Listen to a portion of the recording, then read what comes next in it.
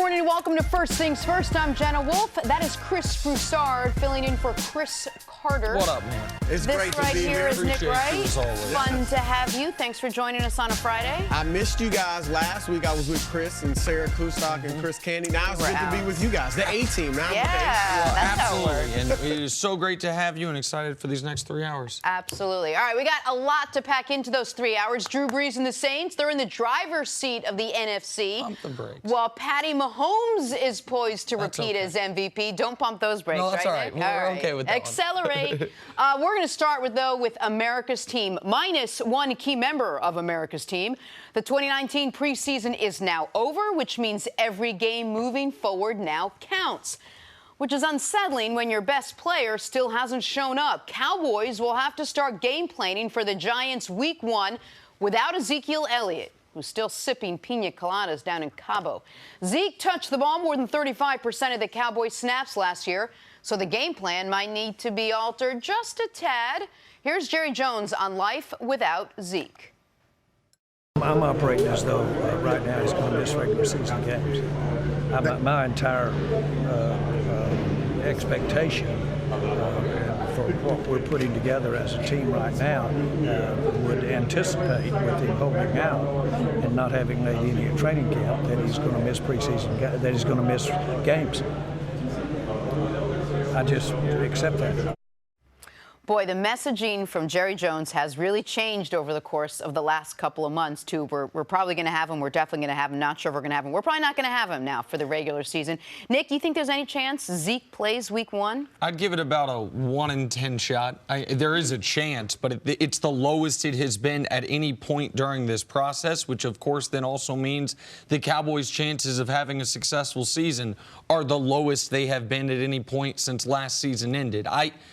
The Dallas Cowboys rely on Ezekiel Elliott in a unique way compared to almost any other team in football. Since Zeke came into the league, they run the ball the third most of any team in the league. The only two teams that run the ball more than them over the last 3 years, the Bills and the Titans, those two teams have a combined 9 different starting quarterbacks. Those teams run the ball because they don't have a passing game. The Cowboys run the ball in part because they don't have a great passing game, but they do have a great running back. And I went ahead and looked at the opening couple weeks point spreads that are available right now. Yeah, the Cowboys are a touchdown favorite over the Giants, which probably speaks to where Vegas expects the Giants to be this year.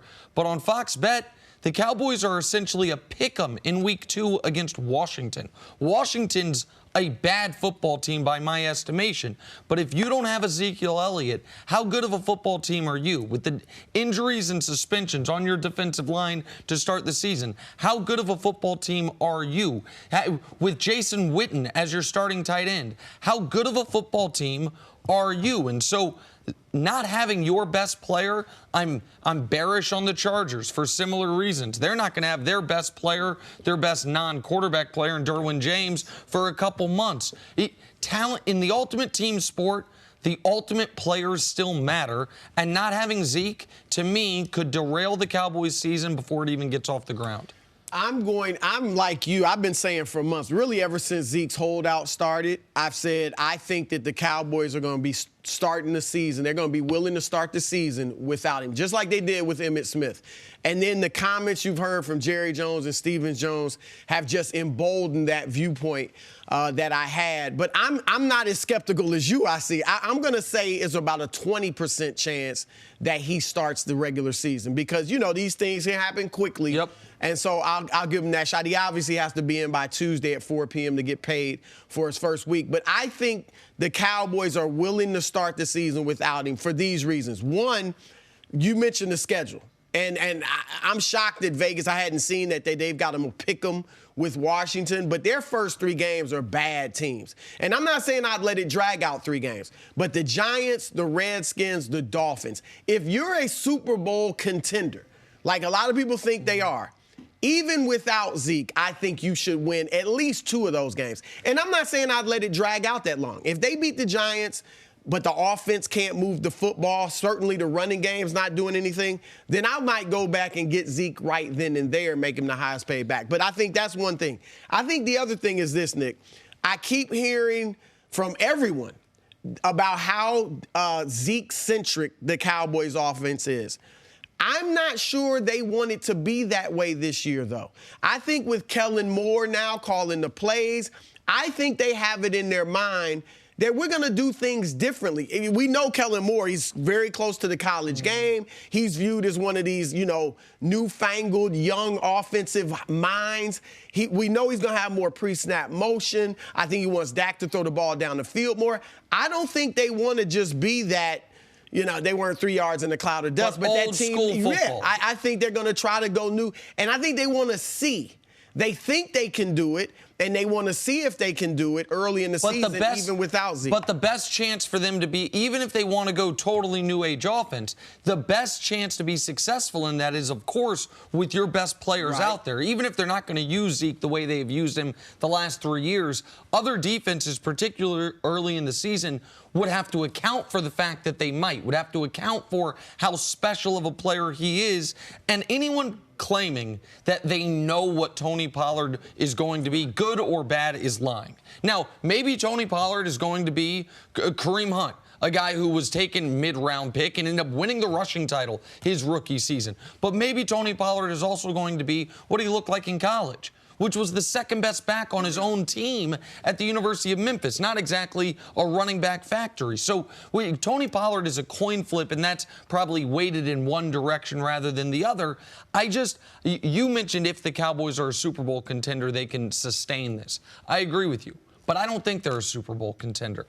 I think at full go, with how deep the NFC is, where I can only count 5, maybe 6 teams that going into the season in the NFC appear to be cross-offs, like, okay, you don't have to worry about them, where you have 10 or 11 viable playoff contenders.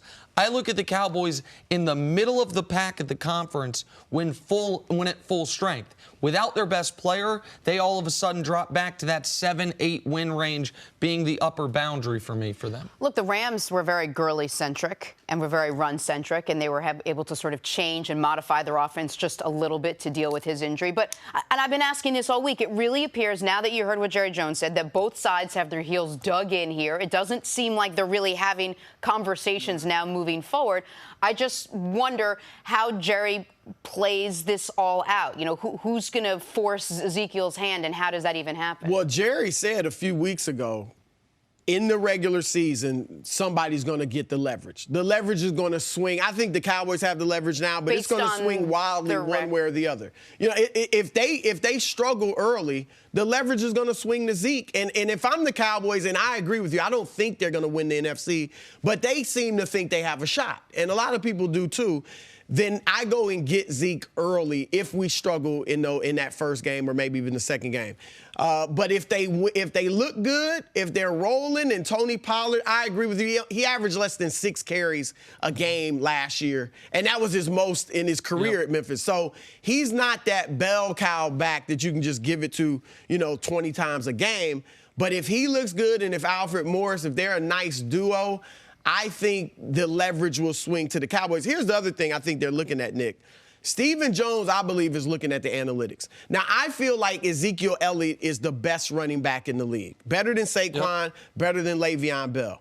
But the analytics in red zone efficiency, they were terrible. He's 16th in the NFL. He wasn't good, Right, in rushing to close out the game when you want to run out the clock. He was 22nd in the NFL. Right in short game, when you need 3 yards or less for a first down, he's 10th in the NFL. So I'm sure they're looking at that and saying, maybe, Zeke isn't.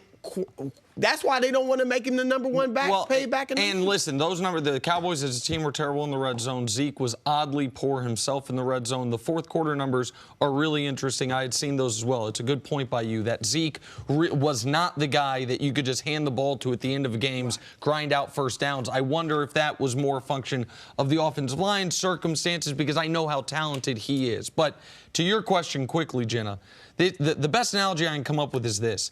Storm's coming. There's a flood coming. You call up the insurance company, said, hey, I want to add flood insurance. And you hear, oh, my God, they're price gouging me right now.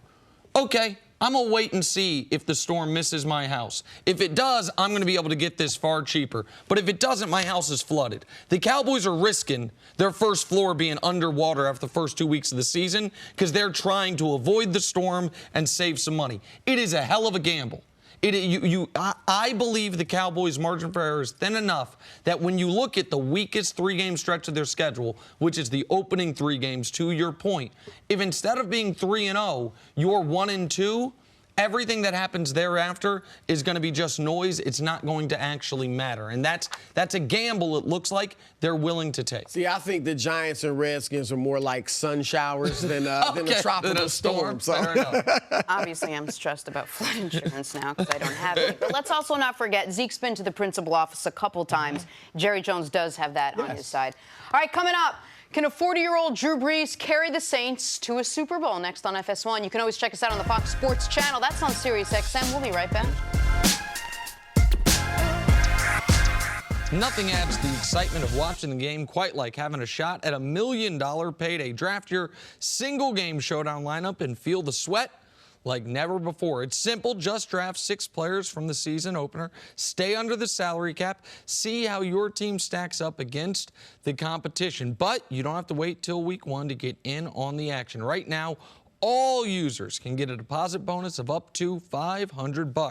Download the DraftKings app now. Get in on the action. For a limited time, both new and existing users can get a deposit bonus of up to $500. And as an extra special week 1 bonus, new users can put in my code FTF to receive a free shot at $1 million with your first deposit. Don't forget, that's code FTF for your free shot at $1 million. Only at DraftKings. Make it rain. Minimum $5 deposit required. Deposit bonus requires a 25 times playthrough. Eligibility restrictions apply. See DraftKings.com for details. Welcome back. We'll get to Drew Brees and the Saints in just a second, but first, Packers and Chiefs in Green Bay. Quarterback Manny Wilkins hurtling over the defender for the first down. Oh, that's a nice little piece of athleticism right there. Real nice. That's trying to impress somebody. Yeah, trying to make Green a roster. Bay or somewhere else. That's good. Once again, not the greatest Chiefs tackling. College football, FIU versus Tulane. Shamar Thornton pulling down the one-handed grab while diving backwards. That's a great catch. That is a great catch. Wow.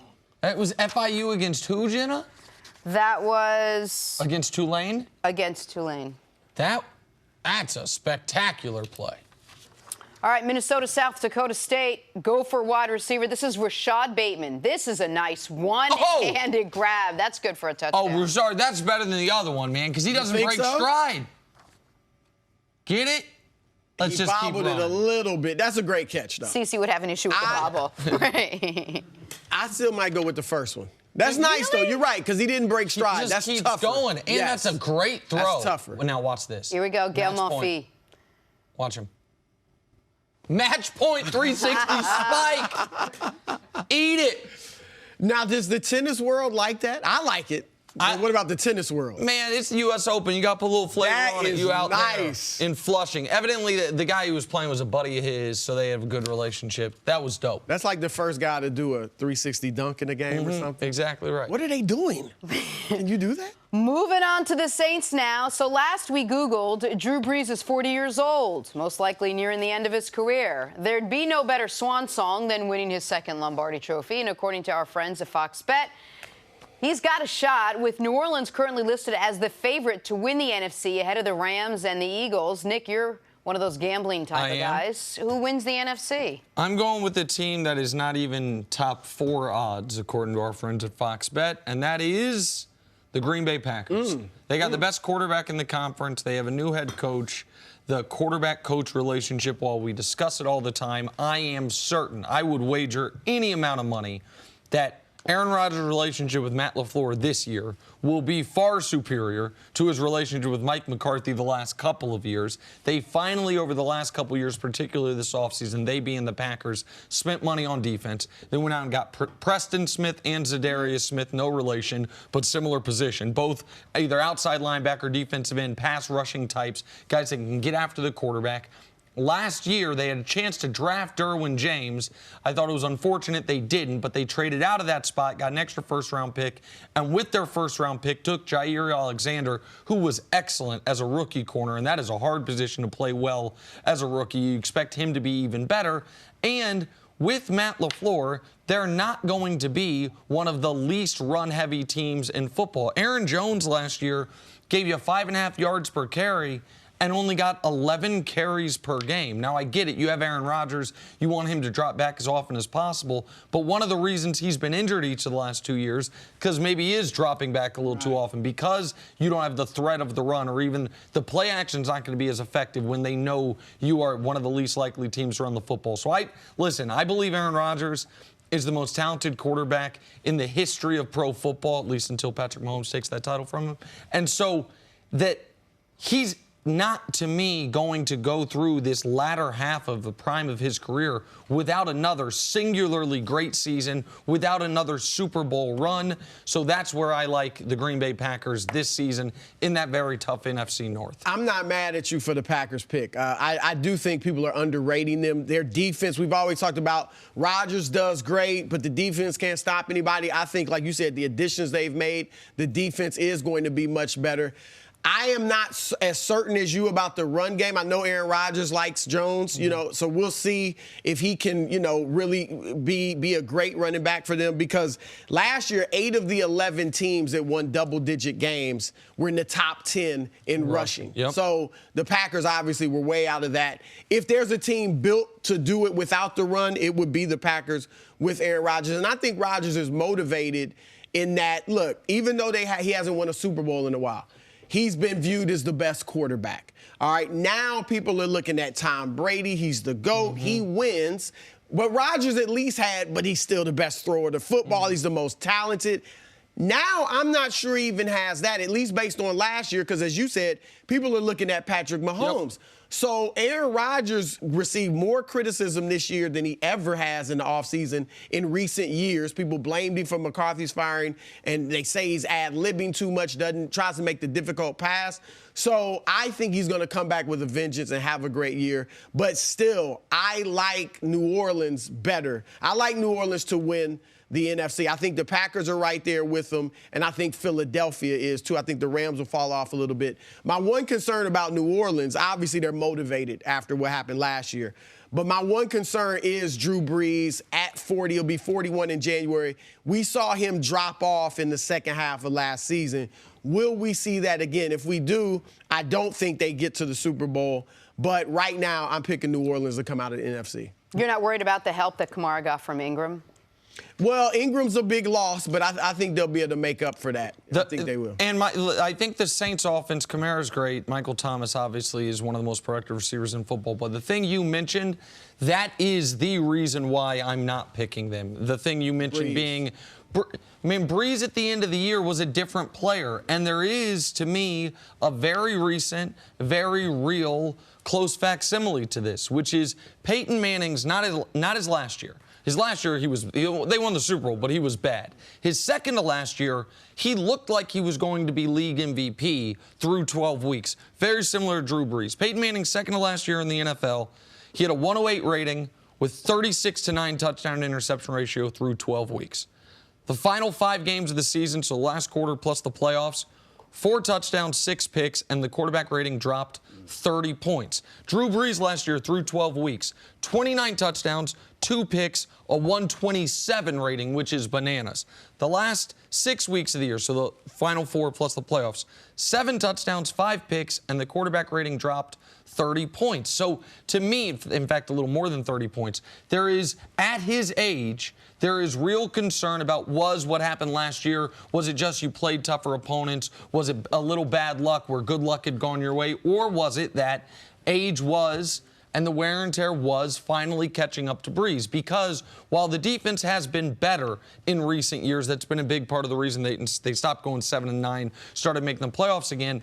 They don't have a top 5 defense. They might not have a top 10 defense unless Marcus Davenport really flashes this year, second-year player they traded up to go get. If Drew Brees is not near MVP level. To me, with the depth in that conference and the depth in that division, that's the other thing for the Packers and the Saints. They have each of them have two really good teams in their own division they got to go through. That concerns me for New Orleans, because that's a team that, if they're going to make the playoffs, has to have the 1 seed in my mind. Well, they have to have it go through New Orleans. He clearly has to play at an MVP level, but they've got a great offensive line, one of the best in football, and their tight end, I think, is the best they've had since Jimmy Graham left. So I think they'll be able to do it. But look, last week I liked Carolina in that division until Cam, and I know it's not a serious foot injury, but I'm questionable now about that offensive line. I thought they had improved offensive line a lot. I'm not so sure now. So you're right. The division's tough, but I think New Orleans. NFC North and NFC South might be the two toughest divisions in all of football. Tough conference. Period. The NFC period is going to be tough this year. Take a break. Coming up, will Patrick Mahomes cruise to an MVP repeat this season? You'll be surprised what Nick has to say about that next on First Things First. Time for us to go viral. So Aaron Rodgers and the Packers are looking for their first NFC North division title since 2016. Check out how the Green Bay quarterbacks showed up to their annual welcome back luncheon this week, dressed up as members of the Happy Gilmore cast, if you didn't know. Aaron Rodgers as that nice, orderly fellow, played by Ben Stiller. So here's the thing. So Rodgers has an odd Twitter back and forth with a Twitter account that pretends to be the villain from Happy Gilmore. Shooter McGavin, the fake Shooter McGavin. This does kind of date Aaron Rodgers a bit. Happy Gilmore came out. No. Christ. If it doesn't.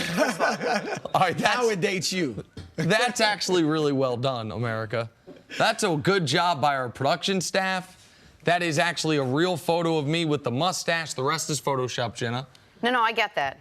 That's actually well done. That's before you had the great hair. It's before I had the hair, when I just had the mustache. When he needed more hair on his head and less on his upper lip. I think that mustache is great. You know what? What is it? No shave November? No shave November. Yeah. Maybe I should go just to the stash in November. As long as you just keep the hair on the head. So the bottom line is hair has to stay on your head. No problem. And I'll keep the hair and I'll go mustache. Both of you. I can't pull off the smooth goatee of Chris Broussard. You never know till you try, Nick. Broussard's been rocking that since he was busting jumpers like Carmelo back in college. Go ahead. Stories to start your morning. Speaking of which, Brooklyn Nets superstars Kevin Durant and Kyrie Irving are reportedly pushing for the team to sign free agent Carmelo Anthony. Nick, this a good fit for Melo or a good friendship fit for Melo? I got to see where Melo's head's at. Melo, if he will accept a role, obviously should be in the league. Right. And by the way, the Nets need themselves some forwards. They just had, what was it, Wilson Chandler just got suspended. Right. But even before that, they needed forwards because their best forward, Kevin Durant's not going to be playing this year, it would appear. So I think Melo deserves another run around the league, but he's not in the league right now because when he was in Houston, he would not accept that role, and he didn't really accept it in Oklahoma City either. So, yes, he could, in theory, be a good fit, but we got to see what he's willing to do. I agree with you. Melo's better than 70% of the league, 60 to 70% of the league. There's no question about that, but where does he fit? And here's the thing. I as much as I like Melo, I don't know that it's a great fit in Brooklyn. If Kevin Durant were there, I think Melo would more readily accept a role player. That's interesting. Without Durant, Melo looks at that roster. Says I'm the second best guy. I mean, really, and he is. I mean, he's not as far as what they need done. Right. Karis LeVert fits him better. Spencer Dinwiddie. Of course. Maybe Joe Harris. Yep. But you think Melo's looking at Joe Harris and going to willingly sit on the bench behind Joe Harris when Harris is out there playing? So, and Brooklyn, 5th in the league in three-point attempts last year. I'm not sure Melo fits their style. All right, let's move on to some college football. Number 1 Clemson mollywopped Georgia Tech last night, 52-14. Heisman hopeful Trevor Lawrence finished 13 of 23, just 168 yards, 1 touchdown, 2 interceptions. That ain't great, says Nick Wright. Running back Travis Etienne finished with 205 yards, 3 touchdowns on 12 carries. That is great. Nick, what did you take away from this game? All right, just real quick. I'm going to start making really out of nowhere Seinfeld references and talking about my workout routine. If you try to steal from me, mollywopped, and that ain't great. I would love you to make Seinfeld references. Those are my 2 proprietary comments, and you use them both in this script. What I made of this is, listen, you can't win the Heisman Trophy in week 1, but you can put yourself in a hole for it in week 1. I think there's going to be a lot of people that are looking for a reason to vote for Tua, because Tua looked like had it wrapped up last year and then didn't get it. Trevor Lawrence was going to be his stiffest competition, maybe still will be, but this is a bad stat line against a Power 5 team for Trevor Lawrence. Maybe the bigger story, though, is Clemson is monstrous when Lawrence can play that game and they crush, or dare I say mollywop, Georgia Tech the way they did. Hey, I'm with you. I was stunned by Lawrence. I mean, he wasn't horrible, but he was pedestrian, you know? And look, as much as they want to devalue the running back today, there is nothing better. The most exciting play in the game is a long touchdown run by a running back. And Etienne was fantastic. He's number 1 right now. He has put himself at the top of the Heisman list. Oh, I like it. We're doing a Heisman list. Right now. Yeah, I mean, like it. So There's far. been 7 games played. Yeah, I know. Yeah, no problem. But Eat so that, far, is he not number 1? Well, yeah, but 80% Tua's hasn't number played yet. 2 now. Tua He's number played. 1. I love it. He won't do do that. so much. Hey, man, let's talk about Daniel Jones. This is he was I say that to say this. He was a perfect 4 for 4, period, point blank last night. The Giants' surprising first-round pick this year surprised most with a solid preseason, 29-34, 416 yards, 2 touchdowns in his 4 preseason games. Not bad for a rookie. Nick, how long till Jones takes over for Eli? Here we go. I'm really mad right now. Listen, Daniel Jones very good in the preseason. I wasn't here last week when it seemed like the entire Sports Talk Nation decided they had to go on some Daniel Jones apology tour. Folks, have some take integrity. Wait until he plays 6 regular season games instead of 6 preseason drives. My stance on this has been the same. I think the Giants play New England week 6 on a Thursday night. They then have 10 days before they play Arizona. I think that's when Daniel Jones takes over. Eli can hold him off, though, a little bit longer if the Giants open the season with an upset win over the Ezekiel Elliott-less Dallas Cowboys. Yeah, look, I'm with you on Jones. He was fantastic, but right now they're handling it correctly. I don't like the declarations that we don't want to see him this season, but he should be coming off the bench. You don't need to start him now, because if he struggles as a rookie, will have those moments. Then you're not going back to Eli. Right. So if once they make the change, they have to stick with it. And after the Cowboys, they got Buffalo, Tampa Bay, and Washington. 3 bad teams that the Giants should be able to play with. If they get beaten by most of those teams and Eli looks bad, then the fan base will be clamoring for Daniel Jones to start, and that's what you want for your next era. Permission for one more, Nick? Whatever you want, Jen. Hold on. We're going to end with the Patriots. A strong showing from their wideouts last night, with Demaryius Thomas reeling in 7 catches for 87 yards, 2 touchdowns, and Josh Gordon returning to the field for the first time since December of last year. So, Nick, is this Patriots wide receiving core actually underrated? It's not yet underrated nor overrated. At the moment, it's properly rated, which is, we'll see. What is true is this. If all the ifs hit in a positive way, this can be an enormous strength for them. If Demaryius Thomas looks like he did last night, like a guy who didn't tear his Achilles last season. Now, I know he's up against second and third stringers and practice squad guys, but that has nothing to do with how he looks dealing with coming off a torn Achilles, and he looked like a viable NFL wide receiver. They don't have N'Keal Harry, their first-round pick. They haven't had him since early in the preseason, so they're not even we saw what we saw last night without any contribution from him. We did see Josh Gordon. And Josh Gordon, I will remind the audience, last year was second in the NFL in yards per catch. And the guys who had as many receiving yards as Josh, and even close to him in yards per catch, he was at 18. Guys that were 16 or more yards per catch with as many receiving yards as him were Tyler Lockett, Tyreek Hill, Mike Evans, Deshaun Jackson, T.Y. Hilton. It's a select few. Yeah. So for all those reasons, plus Edelman, and we know what Edelman is. We know what his upper bound is, but we also know what his lower bound is. He's a low ceiling, very high floor player. Yeah, the receiving core for the Pats, pardon me, and Jacoby Myers, the undrafted kid, has been good throughout this preseason. You have a reason to believe it could be a strength. But Demaryius Thomas also could look like he looked pre-Achilles and how most guys look post-Achilles, which is not very good. Josh could do what he's done each of the last 5 years, which is not be available. And N'Keal Harry, as a first-round pick, Belichick hadn't taken one wide receiver for a quarter century almost. He didn't play much in the preseason. Could be hard for him to even crack the depth, the rotation, if you will. So, yeah, I think it could turn into an asset for them if everything hits. But if it doesn't, then it'll be Tom Brady trying to make magic with limited talent out there. You're right on the money. Look, there are big ifs for this team. No question about it, from Josh Gordon to Demaryius Thomas. And you're right, N'Keal Henry, his body, he's just banged up for some reason. And so if they can get him on the field, that's an if. But if all those things work in their favor, we've seen Brady work magic with mediocre receiving cores for most of his career. This is beyond mediocre. This is, if all those ifs come into play, it's good. Gordon could be great with Tom Brady. Edelman is a great slot receiver. Thomas, because you've got those other two guys, not to mention Harry, there won't be that much attention. He's fourth, right?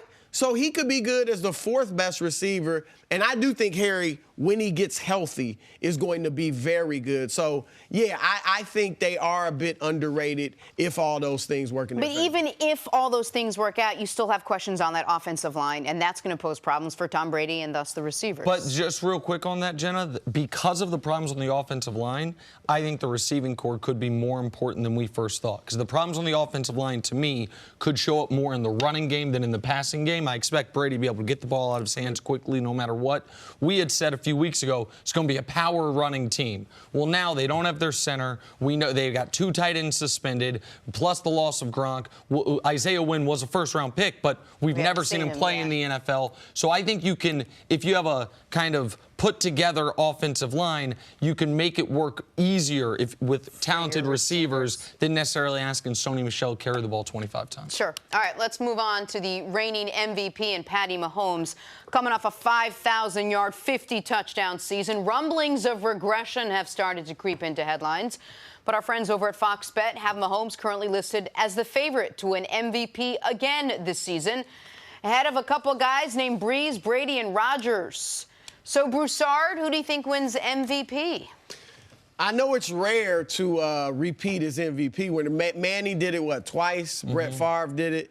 But I'm going with Patty Mahomes. I mean, I'm predicting over 5,000 yards again. Wow. And I want to say 50 touchdowns again, but I'll say I'll be conservative and go 45-ish. I think he's going to have a tremendous year. I mean, we know how fast they were last year with Tyreek Hill. Sammy Watkins, remember, only played 10 games. He, at least right now, is healthy. You got McCole Hardman, who's also a burner. I mean, this team has speed to burn. Just real quick on the McCole Hardman thing, keep in mind, they drafted him because they thought they weren't going to have Tyreek Hill. Right. He was supposed to essentially be a poor man's replacement for Tyreek Hill. They obviously do have Tyreek Hill, but they still have McCole Hardman. Maybe they would have rather spent that pick on a defensive player, but to your point on the speed, it's just an absolute, just an embarrassment of riches as far as how much speed they can put on the field. You could take the top off the defense in every play. Yep. And Travis Kelce will be there underneath for receptions. Their running backs, are fine, catching the ball, and I think they'll be able to run it well. Yeah, Mahomes, this offense is going to be high octane once again. I think Mahomes wins it. So I agree with nearly everything you're saying about how good this offense can be. And you mentioned he could throw 45. Here's a way to put into context how brilliant Mahomes was last year. 50 touchdowns, right? If that takes a 20% haircut, you're at 40. 40 would have led the NFL each of the last 5 seasons, dating back to 2013, Patrick Mahomes' year notwithstanding. So he could regress and still have the best statistical profile. I don't like him for MVP, though, for one of the reasons you mentioned at the beginning. The NFL MVP is not the NBA MVP, where guys repeat all the time. Usually in the NBA, once you win one, you're going to win a couple. Duncan won back-to-back. Nash then won back-to-back. LeBron won back-to-back twice. Giannis going to be the favorite to go back-to-back himself. Like, in the NBA, once you win one, you win a bunch. The NFL, it's 50 guys, or 50 men and women, I should say, who all submit one name. There's no first, second, third place votes. It's not 100 like it is for you guys that have the honor of having an NBA MVP vote, and where you put together a whole ballot. So sometimes storylines and narratives matter. And I believe the Green Bay Packers are going to have the best record in the NFC. I believe Aaron Rodgers is going to, assuming health, which I know can be a tough assumption, but for this discussion, we'll assume it for everyone.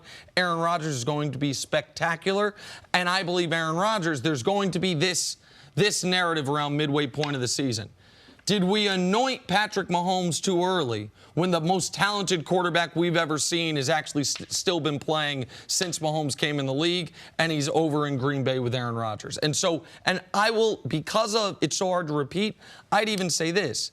If Rodgers doesn't win it, I like Baker Mayfield. I think Baker's going to have bananas numbers. I think that offense is going to be outstanding, and we have seen Carson Wentz almost won an MVP in year 2. Mahomes did win an MVP in year 2. Derek Carr, and I think it was year 3, was en route to at least a top 5 MVP finish before he broke his leg.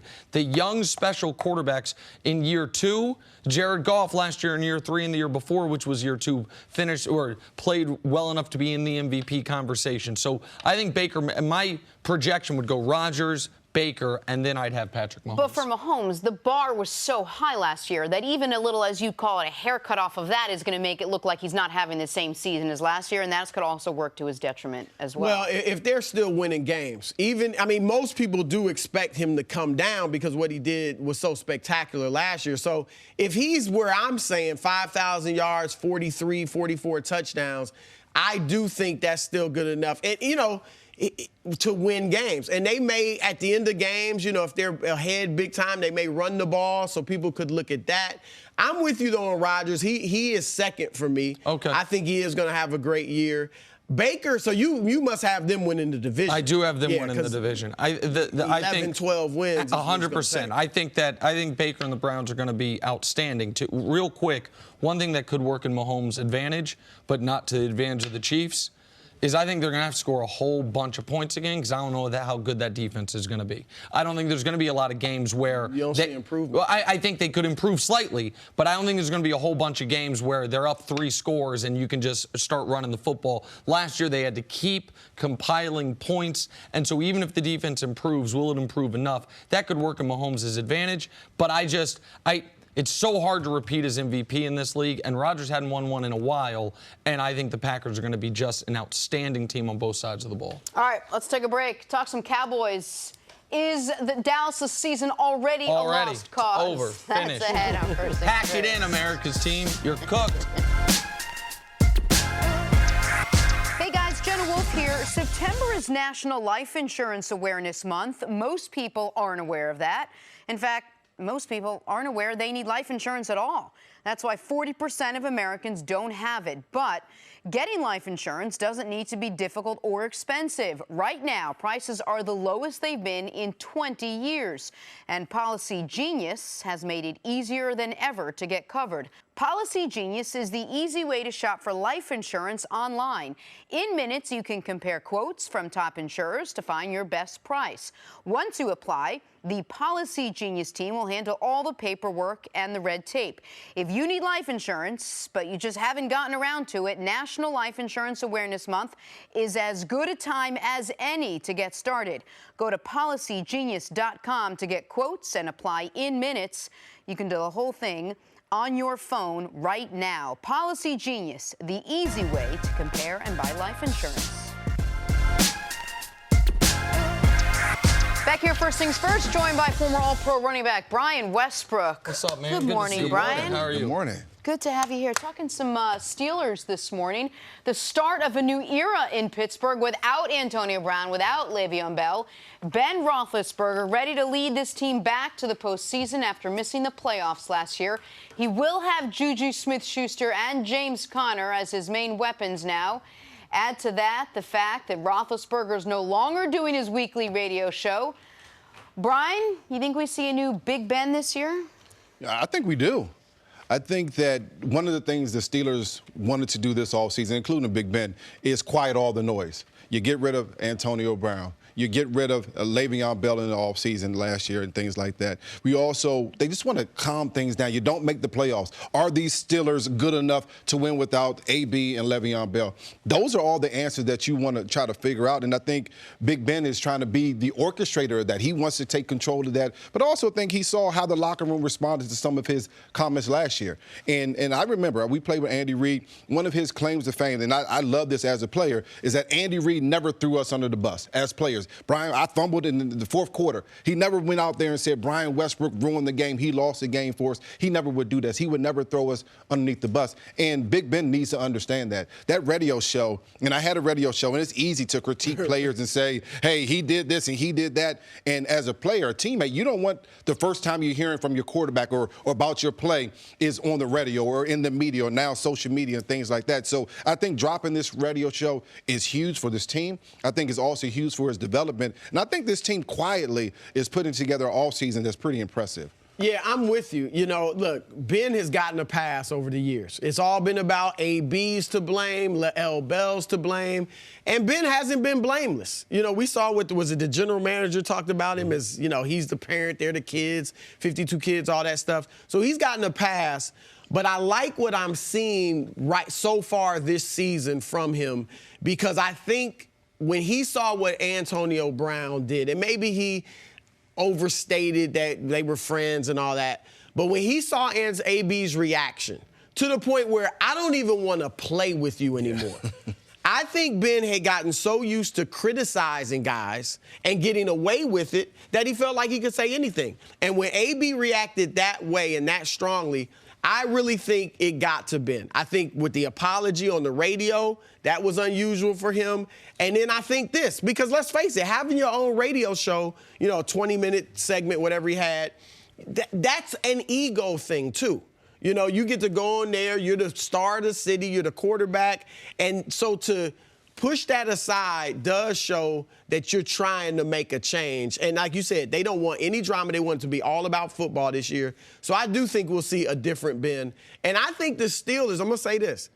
I don't have them coming out of the AFC, but I do think they're a sleeper Super Bowl contender, and I wouldn't be shocked if they got there. If they make the playoffs, the quarterback-coach combination is trumped only probably by Belichick, Brady, and Carroll and Russell. And so, yeah, I mean, absolutely, they'd be a viable contender if they can get into the tournament. But on Big Ben, I'll believe it when I see it. And stopping the radio show to me is not seeing it. I know some people at that radio station where Ben did this show, and there is at least a belief there that part of his extension he got with Pittsburgh, one of the things mentioned when they were talking about extending him early, well, I guess extending him before his contract expired, giving him a pay raise was, we would prefer if you did not do this radio show anymore. It wasn't mandated, but it was heavily implied. And I think a lot of people would stop doing a weekly radio hit if it was the last key to unlocking an extra $40 million of guaranteed money, however much that was. But Big Ben is now the longest tenured Steeler ever. The general manager did say he's the one adult with 52 kids. He also won whatever power struggle there was with Antonio Brown, and he has shown throughout his entire career two things specifically. One, he is a spectacular player and an absolute warrior who will fight through injury, even if when he does get dinged, he hams it up a bit in the moment, but he will be out there and be available. The other one is this. He is a me guy. He is I want to make sure everyone understands what happened here was not my fault. I don't like running that play. I do like running this play. This guy ran the wrong route. This guy, I wanted to be out there kneeling when other guys, not kneeling, pardon me, out there for the anthem, all that stuff. I don't think people tend to go through massive personality shifts at 37 years old when they're super rich and super successful. Maybe he will, but to me, him changing who he's been the last 15 years would be a surprise. I'm not going to say it can't happen, but I need to see it happen because when I believe guys are going to change, it's usually because they have hit not necessarily rock bottom, but they have hit a low point. Something bad has happened. You've been traded, or you had to take a pay cut, or whatever it is. When we talked about Melo earlier, man, if this isn't enough of a realization for Melo to change, then nothing will be. Man, Big Ben won. He got the money. He got the contract. He got the power. It's his locker room unquestioned. Why would you change if your actions got you what you wanted? Well, the reason why he would change is because they didn't make the playoffs last year. Right. The best receiver that he's ever played with is out the door. Best running back he's ever played with is out the door. And this team, and really the other part is that he's at the latter stages of his career, and he has to win at this point. He has to bring this team back. There's no one else to blame. You got rid of Antonio Brown. There's one scapegoat out the door. Same thing with Lev Bell. Another scapegoat out the door. This has been Ben's team. He has to change things. That's why he has to change, because now it's about winning and his legacy. Of course, you won Super Bowls. You did a lot of different things. You had some great players. Win now. Show us now that you can do it without those stars. So take all the drama out of it. Is this team good enough? No one here has this team winning the division, do they? I do. You have the team winning the division. Are they good enough with James Conner and Juju in there to be replacements to I those think guys? they would have made the playoffs last year if Conner doesn't get injured. Yeah. So I think Conner coming back, if he can stay healthy, that's going to be big for them. This is replacing receivers, as great as Antonio Brown is, and we haven't seen a guy put up numbers like he has ever. But as good as he is, this is what they do.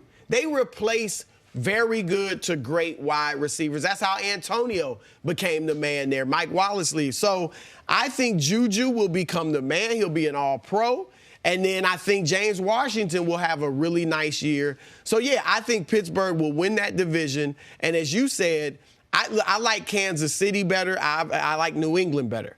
But after that, I think the Steelers have a great shot and get a few breaks here or there. They could get to the Super Bowl. They got a tough division. I'll tell you this. They have to run the ball a lot more and more consistently. The James Conner did a great job last year. They didn't give him enough carry. Right. They depended on Ben to carry the load their entire season. That's not how you win football. You know who they need? They need a Brian Westbrook. Stick around. Coming up, are Drew Brees and the Saints a lock to win the NFC? That's next on First Things First. Back here with Brian Westbrook, we're going viral. Shaq and Kobe have been trading playful barbs this week. It started when Kobe said he'd have 12 rings if Shaq wasn't so lazy. Shaq took to Instagram yesterday, posting this photo, dunking on the entire Nets team, saying, "Damn, I was so lazy." What do you guys think? You see him grabbing that jersey He might have too. 9 rings, not 12. Come Listen, on. I don't even want to talk about Kobe's nonsense for a moment. I just want to remind the young people out there how dominant peak Shaq was. Yeah. 3 straight years in the finals. Right. Put his finals averages together. It's about 36 and 13 a night. 15, I think. Okay, 36 and 15, 15 a night with about 3 blocks and 4 assists. Nobody would ever call Shaq the greatest player ever. However, if you are asked this question, I'll ask you both this very quickly. You can have one player in all of NBA history for one game at the absolute peak of their powers. Aliens come down Space Jam. You know who I'm saying. Who are you saying? Michael Jordan. I would go Michael Jordan as well, but I can understand where Shaq is coming from because Shaq Absolute apex Shaq's going beat to up give you 40 everybody. and 20. Let me say something on Against any Kobe's era. behalf, though. The question Jordan's getting Kobe 50. was asked was if Shaq had your work ethic. He wasn't asked if Shaq worked hard. He didn't say Shaq didn't work hard. He just said he didn't work like Kobe, and he didn't. Kobe and Jordan and LeBron, they're on another level work ethic-wise. So if I agree with Kobe, if Shaq had Kobe's work ethic, he would be the GOAT. Well, Kobe's also not Shaq. He's not the size of Shaq. GOAT? And, Yeah, of course. and It's maybe different for if centers, Kobe had other guys' egos or disposition Okay, or I agree playing with styles, that. maybe they could have played together longer. Right? I'll give you that. I'll give you that. It's hard for big guys to work out like that, man. You got a big man, you got that bad toe. Plus, you rapping all the time and cutting albums. Moving on to the Saints. All right, Brian Westbrook, last time we Googled, Drew Brees is 40 years old, most likely nearing the end of his career. There'd be no better swan song than winning his 2nd Lombardi trophy. And according to our friends at Fox Bet, he should have a shot, with New Orleans currently listed as the favorite to win the NFC ahead of the Rams and Eagles. This is a stacked conference, Brian. Who do you think wins the NFC? You know, I like this Saints pick. And I like it for a couple of different reasons. I love their big three. Obviously, Breeze, Hall of Famer, Mike Thomas, and all the money in the world, and Alvin Kamara. I love that big three. They can get it done. I love the acquisition of Jared Cook in the offseason. To me, that offense is unstoppable. Their defense actually faded a little bit towards the end of the season. The problem that I have with the Saints, and this is the one little small caveat that I have, is that they're in a very tough division. That division, they're going to get beat up playing 2 games against the Panthers and the Falcons and the Bucks, who are not very good, but they're going to get beat up just a bit. That's my concern about the Saints. To me, I think they will end up winning, but I have a close second in the Philadelphia Eagles. I think their division actually is probably the easier one in the NFC. You're talking about Dallas without Zeke. You have the Giants have no clue what they're going to end up doing. Maybe 2 rookie quarterbacks starting by midseason in that division. That's right. So they had the best road. You talk about what the Patriots were able to do. They were able to do that a lot because they had an easy road throughout the season, and they're not getting beat up and not having guys injured. So that's important. But I think the Saints have just as good a shot as anybody. I love what they're able to do offensively, score the football. That's going to be huge. What you said about the division, obviously they're in a tough division. I would say that's the case for every division in the NFC except the one you said, the Philadelphia Eagles. Them and Dallas, that's it. And so they do have an advantage over not just the Saints, but every other division winner, because I think all those divisions are going to be very tough and you're going to get beat up. But that said, I do still like the Saints to win the NFC. I think obviously they got incredible motivation, and everybody's motivated. We know that. But they have beat this drum so hard about what happened in the NFC Championship game that they're going to have to come out and back it up. And I think they will. I think they're going to be motivated in that way. I think the loss of Ingram, they're going to be out to prove that they can do it without him. He was great for him, but they let him go for a reason. So I think they're going to be out to prove they can do it without him. My question is, Drew Brees, was what we saw in the second half of last season when he fell off, was that just, some aberration? Right, an aberration, or was that who he is now, because he will be 41 years old in January? One of the things, and I look back at Drew Brees' season. Obviously, last year they started without Mark Ingram. Big-time loss for them because now they're not running the ball as much. The first 3 games, Drew Brees averaged 42 pass attempts per game. That's way too much for an older quarterback. You have to get a running game established. Let Alvin Kamara run the ball a little bit more. Let the running game dictate how you go offensively. And then allow Drew Brees to be the quarterback that he's always been, consistent. He's going to be a great leader. He's going to be accurate. He's going to get that team up and down the football field. That doesn't change this season. The Eagles aren't my pick, but I do think the Eagles are going to have the second best record in the conference. And one thing to add to your guys' point about their division, the ease of it, if you will, is also the NFC East had a good draw this year in that this year their cross-conference matchup is the AFC East, which is almost assuredly the worst division in football. You got the Patriots, and then 3 teams that have been trying to catch the Patriots for 20 years. So you're talking about, if you're the Eagles, you got 4 games against the Giants and against Washington, and then another 3 against Jets, Dolphins, and Bills. And you'd much rather draw this year in the AFC the East than the AFC North, which I think is potentially a 3 playoff team division. So that's just good luck. It's 1 in 4 years. That's what they got. But my pick is not the Saints. And it's mostly because of what you alluded to, which is, who is Drew Brees going to be this year? John Elway and Joe Montana, 2 of the 5 greatest quarterbacks ever, retired at age 38. Dan Marino's last good year was age 38. Peyton's last good year was age 30 or 39. Brett Favre's that's the year when they hit the wall. Last good year or the year before. Brett Favre hit the wall at 41. Brees, we did see 2 different seasons for him. The first dozen games and then the end of the year. Even the playoff games. 2 short fields against the Rams that resulted in just 3 points. They had the ball in overtime. And that drive ended on a Drew Brees interception. I don't think the Saints have a good enough defense to be a dominant team without a dominant Drew Brees. So I'm going to go with the guy over my left shoulder, Aaron Rodgers and the Green Bay Packers. I do believe Rodgers is the most talented quarterback in NFL history. I think Rodgers, to use the Shaq example, who's best at their best is best of everybody. In the whole history of the league, I'd take Rodgers.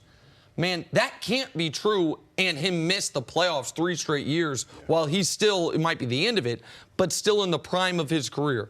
You talked about chip on his shoulder. Rodgers got chip on his shoulder now. The coach is gone. They spent money in free agency. Those young wide receivers that he was a little annoyed with last year are not quite so young.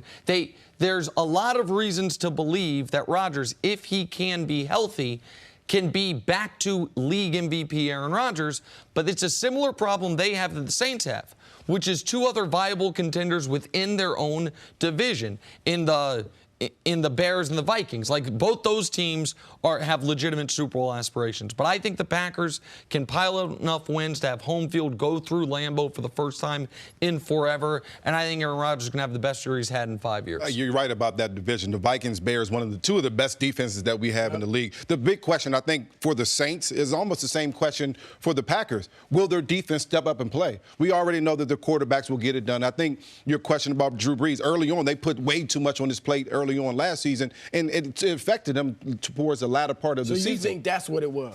He obviously looked great. No, he looked totally Ingram. different. Yeah, and I just think that they put way too much on him early on. And I think Sean Payton, who is a very good coach, they'll take some of that off early on and allow the running game to lead this football team early on, which will allow Drew Brees to be healthier and more viable towards the latter part of the season. But listen, the Packers are going to be good. The big question about them is, will Matt LaFleur, will Aaron Rodgers, will they mix? But also, will they get Aaron Jones going? Right. Will they get that running game going? Will they put that team in a position where in November, in December, when it's cold and rainy, they can run the football? That starts in September. That starts in August in the offseason, and that has to get done for that Green Bay team. Are you really worried about the relationship at this point with Aaron Rodgers and Matt LaFleur, or has that been kind of the trendy thing to worry about with that team? Yes, it's a new head coach. It's a new offense. It's a much improved defense, at least for the most part. They actually spent some money in free agency, which they haven't in a while. That relationship is the biggest question for that team? I don't think it's the biggest question. To me, the biggest question is how will the run game affect that offense? But I think that it is a question, and everything looks good. Everything looks good in the offseason until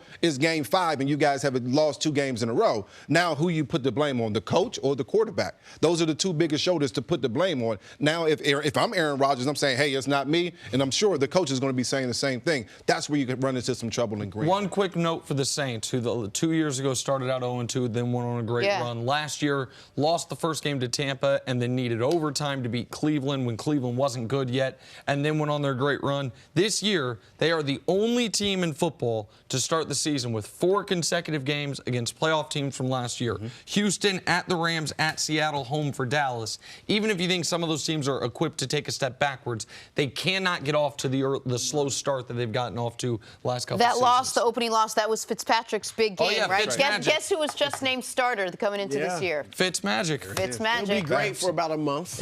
No doubt. Sorry, Josh Rosen. Brian, we'll see you later on in the show. Coming up, will the Patriots cruise to their 11th straight AFC East title?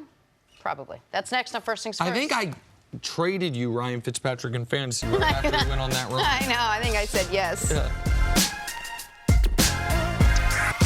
I'm Sarah Kustak, and before the show moves along, here's a quick word from our friends over at the Fantasy Footballers podcast. The NFL season is back, and that means one thing. It's fantasy football time.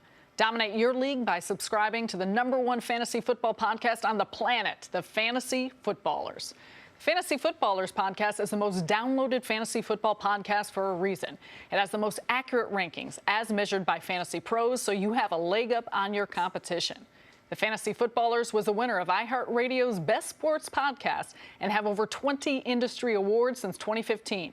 Simply put, these guys can help you win your league, and you'll be entertained in the process. Subscribe right now to the Fantasy Footballers podcast on Apple Podcasts, Spotify, or whatever you listen to podcasts.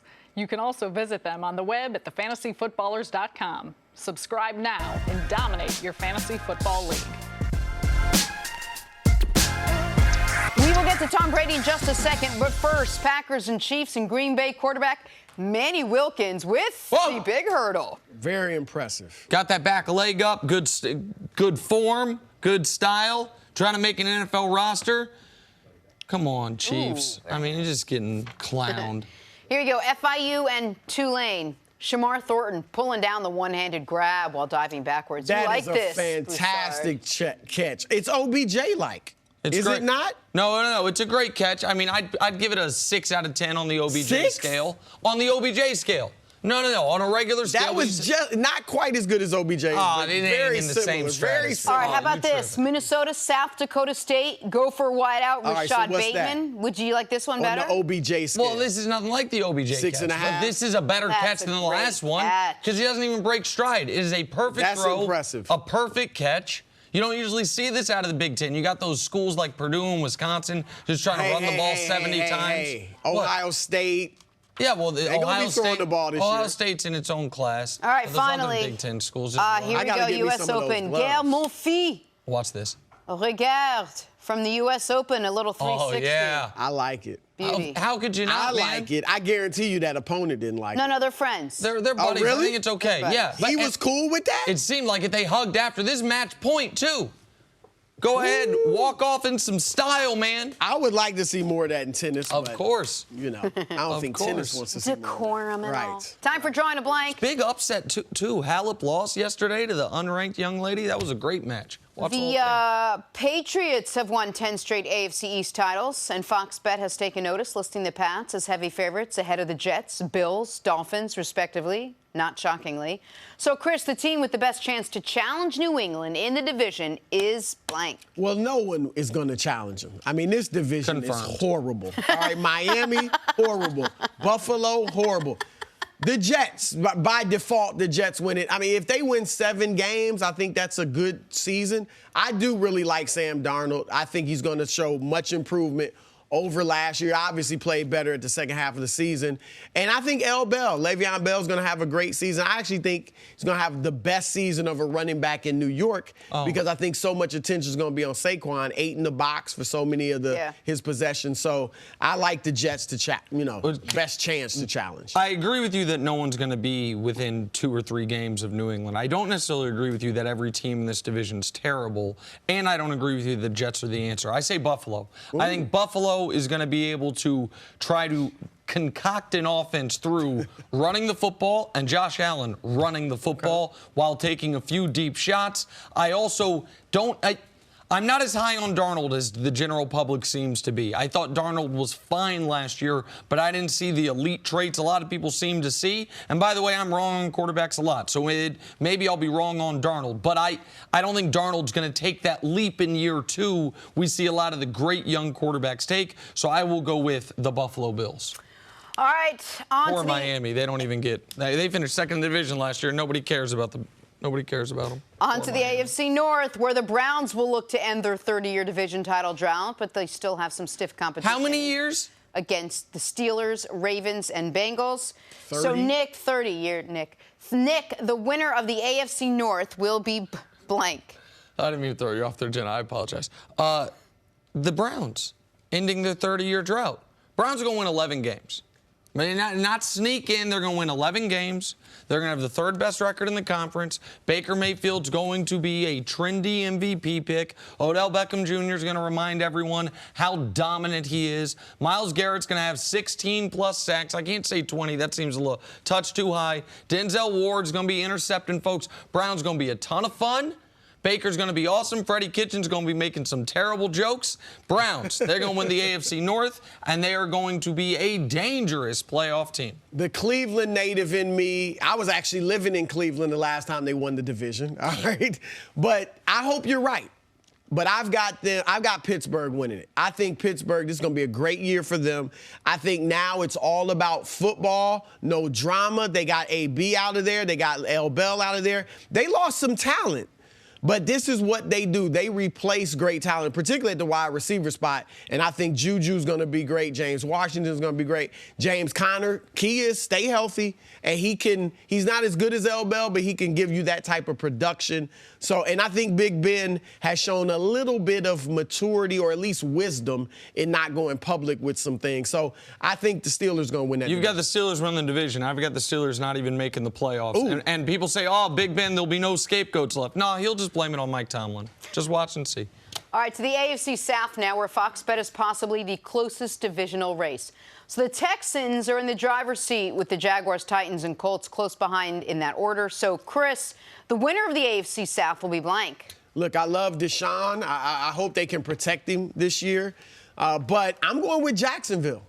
That defense, I still like their defense. I know last year, middle of the season, they really fell off defensively. I think, though, it was because the defense got deflated by Blake Bortles. You had to not only stop the opponent, but you had to score to give your team a chance to win. I think now with Nick Foles in there, and I'm not saying he's some all-pro or anything, but I think Nick Foles is a strong quarterback. Take away the year with Jeff Fisher in St. Louis, and after his rookie season as a starter, Nick Foles is 21-6. With the team, Carson Wentz is not that good as far as winning games with that same roster. So I think Jacksonville is going to bounce back and win that division. Here's the problem. Even with the upgraded quarterback with Jacksonville, they might have the worst wide receiver group in the league. And I know Leonard Fournette went to Wyoming and lived by himself for 30 days, and he says he's a new man. I mean, Leonard Fournette has never been a good pro. He was a dominant college player. It has not translated to the pros. I think the offense is going to be stymied once again. I'm sticking with the Colts, man. The Texans are so bad on the offensive line, they reportedly are offering Clowney and a first for Laramie Tunsil, and the Dolphins are still like, no, we're not doing it. So, I mean, the Texans know they're not going to be able to protect Clowney. They don't have a good head coach, no matter what anyone says about Bill O'Brien.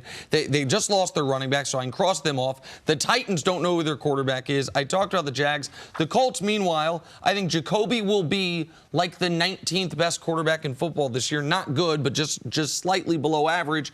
I like the rest of their roster. I think you win this division with 9 games this year, 9 wins this year, so I've got the Colts. All right, on to the AFC West now. Fox Bet has the Chiefs as heavy favorites, giving the Chargers the best chance to knock them off, with the Broncos and Raiders the outside looking in. Nick, the winner of the AFC West will be blank. Come on. I mean, it's going to be the Chiefs.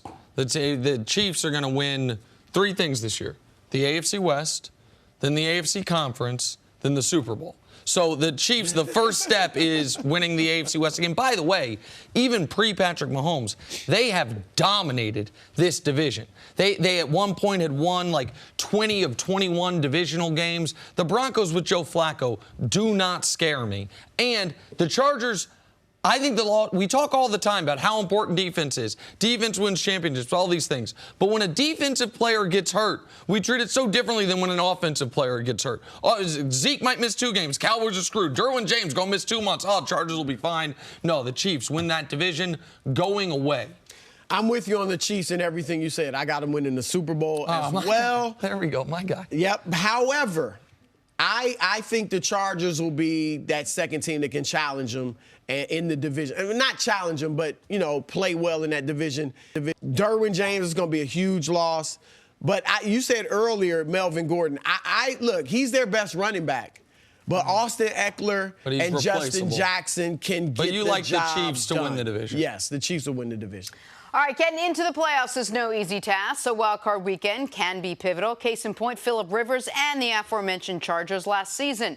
So, Chris, the teams that will cap the 2 AFC Wild Card spots this year are I just talked about the Chargers. I do have them getting in as a wild card. And I've got your Browns getting in as a wild card. So Baltimore, I know a lot of people like them.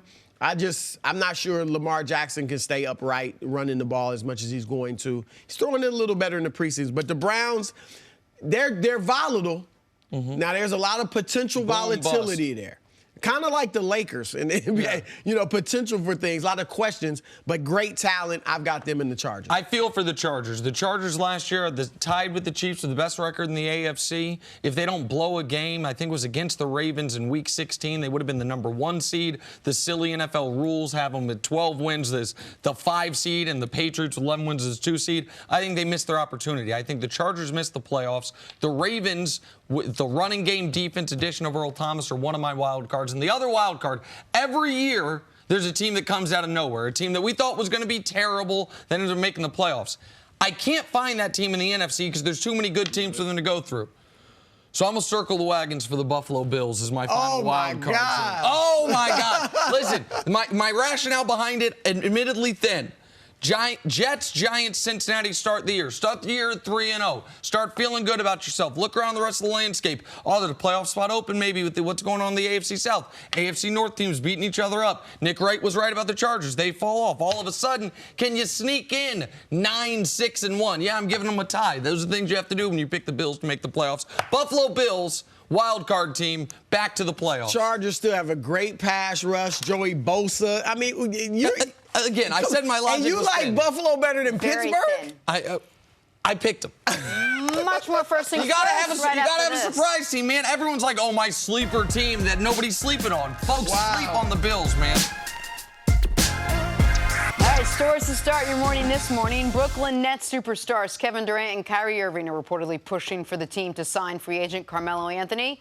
Nick, is this a good fit for Melo, or is this a good friendship fit for Melo? Listen, in theory, it could be a good fit. They need forwards. Durant's injured, obviously, and Wilson Chandler just got suspended for over a quarter of the season due to alleged performance-enhancing drugs.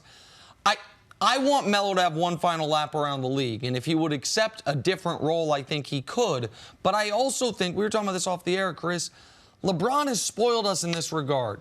Dude's in year 17. Right. He's supposed to be about cooked by now. Right. Bosh been out for a few years. D. Wade had his final lap around the league. Melo was playing at a higher level than D. Wade in their last great seasons, but D. Wade adjusted. Melo has not been able to. Yeah, I don't like the fit as much as I like Melo. And look, Melo's better than Joe Harris. You know, probably can score more than Spencer Dinwiddie, maybe Karis LeVert. He's looking at those guys, though, and saying, you know what? I'm the second best guy on this team. Then that's if I go to Brooklyn, I'm dropping 18 to 20 a night, and that's not what they need. Right. They need to get all those role players ready to play around Kyrie and Durant when he gets back. So I don't like the fit. All right, let's get back to some college football. Number one, Clemson mollywopped Georgia Tech last night, 52-14. Heisman hopeful Trevor Lawrence finished 13 of 23, just 168 yards, 1 touchdown. He had 2 interceptions. Not good. Running back Travis Etienne finished with 205 yards, 3 touchdowns on 12 carries. That is pretty good. Nick, what did you take away from this game? Oh, listen, Clemson's going to be monstrous once again. Clemson is their Heisman Trophy hopeful. Trevor Lawrence played what you would hope is his worst game of the season, and they crush a Power 5 team in Georgia Tech. That's one side of the coin. The other side of the coin is, man, it is way too early for Heisman lists. The majority of college football hasn't even started yet, but for Tua Tagovailoa, who probably felt like he was going to win the Heisman last year and then had it snatched from him, this is a really interesting development where Trevor Lawrence, old sunshine, has this bad of a game on a national stage early. It'll probably be, like I said, his worst game all year, but it hurts him in the Heisman race, even though it's not even September yet, and I'm talking Heisman race. But you know what? That performance could be enough to keep him from winning it. Yep. Because he's going to put up huge numbers in these other games, blowout wins, and so is Tua most likely. So if Tua doesn't have this type of performance, you're right, it could move him ahead of Lawrence. But in the Broussard Heisman Index, which is already out. Okay. All right, Travis Etienne is number 1 right now. You didn't even mention him. You're sleeping on the running back. He's not going. Everybody's devaluing the running back. Completely. Still, the most exciting play in football is the long run for a touchdown by a running back. If a running back's going to win the Heisman, it's going to be the kid at Wisconsin, Jonathan Taylor. He averages over 2,000 yards a season. 2 years into his collegiate career, he could go over 6,000 for his career this year. If it's a running back, it'd be. All right, watch out for Etienne. Start of a new era in Pittsburgh. Without Antonio Brown, without Le'Veon Bell, a clean-shaven Ben Roethlisberger ready to lead this team back to the postseason after missing the playoffs last year. He will have Juju Smith-Schuster and James Conner as his main weapons. Now, add to that the fact that Big Ben is no longer doing that weekly radio show. Nick, you think we'll see a new Big Ben this year?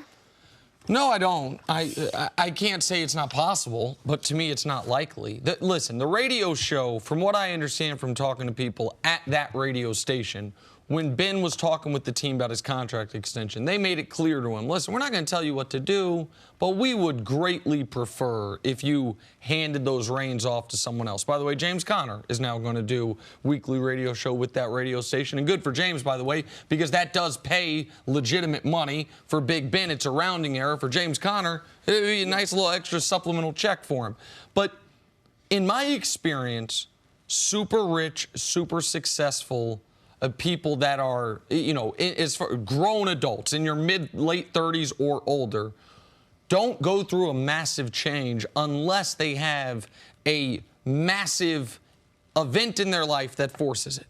We were talking Melo a moment ago. Man, if Melo was ever going to change, the fact that the whole league has passed on him a couple times, it looks like, you would hope that is enough for him to change. Big Ben didn't go through no massive change. He won. Big Ben had a beef with Antonio Brown. Antonio Brown's gone. He had a beef with Todd Haley. Todd Haley's been gone for a couple years. He conducted himself a certain way, and that way got the GM to come out and say, he's the adult in the room. Y'all are a bunch of kids. So why would he change? Now, he's an amazing football player. I think that people argue who's the best of his draft class, Eli, Rivers, Ben.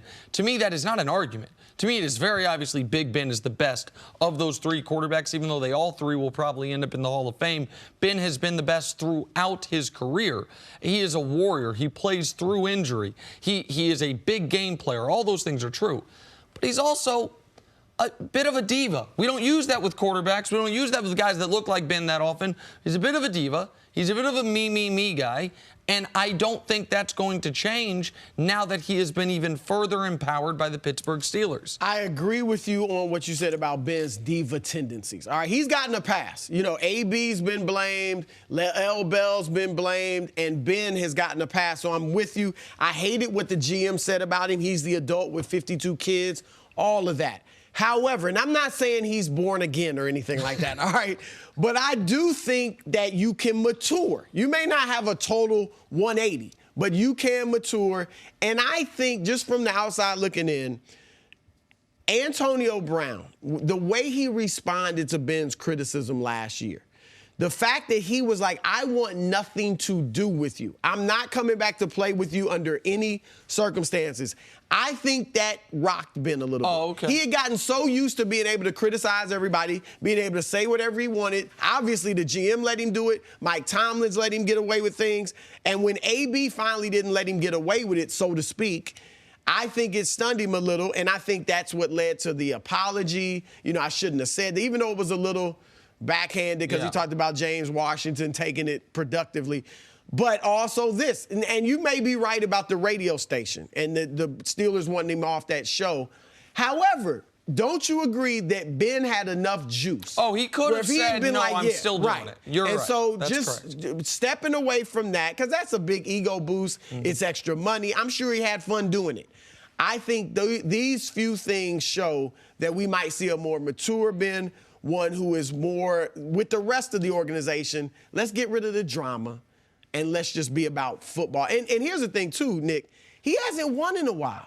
And his early Super Bowls, people, you know, he wasn't necessarily driving force behind those Super Bowls. So the first one, certainly. The first one, right. And so I think that could be extra motivation for him as well. But this is like what we talk about with anything else. Like, let's wait till maybe they lose a couple games, till James Conner doesn't have a big game, till Juju runs the wrong route, till there's an opportunity for him to stand there, you know, in that media scrum at the end of the game and take it himself as opposed to dishing it out or placing the blame somewhere else on a coach or a player like he usually does. Like, don't you want to see that happen first before we anoint this considered a change? Well, this is...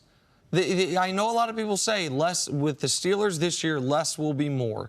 No AB, they will be better because he was such a toxic distraction. And now that we've seen how crazy he's acted since he left the Steelers, I feel like a lot of people are like, man, how did they do it?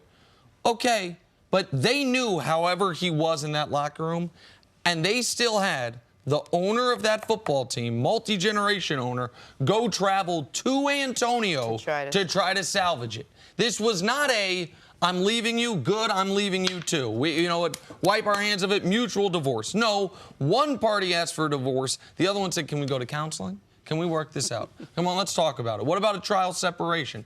And so it's a little revisionist history that the Steelers wanted to be out, not by you, but that the Steelers wanted to be out of the Antonio Brown business. They didn't. They knew everything that came along with him, hot air balloons, blue hair, a blonde goatee and all, and they still said, man, 1,600 yards, 10 touchdowns, 100 catches. Maybe can we bring that thing back? So I just think that division's too tough, and I think that there's too much other talent for the Steelers to overcome that type of loss. All right, let's take a break. Coming up, who's coming for Patrick Mahomes' MVP throne? That's next on First Things First.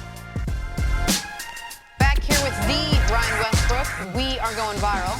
Jerry Jones joked last week when he said Zeke who in response to a question about the running back's ongoing holdout. So check out this billboard that went up in rival town Philadelphia trolling Jerry and Zeke. Brian, does anyone troll better than Philly fans? That's what Philly fans are known for. They're going to get on opposing players, referees, whatever is going on. And every time they get an opportunity to get on the Dallas Cowboys in this particular, you might as well take advantage of it. You know what I find so interesting about this? There's no company name on there. So it's not like something he put this up knowing it would get talked on the show. Free advertising. Like, there's no way to identify who paid for it, not some local car dealership. True. Nah, man, people just pulled some money together and said, let's troll the Cowboys. We just want to make them feel bad. Everybody in the neighborhood. We're going to get no benefit out of this whatsoever. We're just putting this thing up there.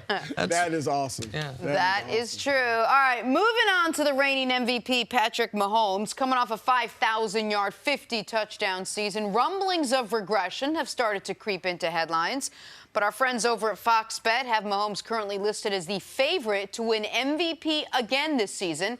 That ahead of guys named Breeze, named Brady, named Rodgers.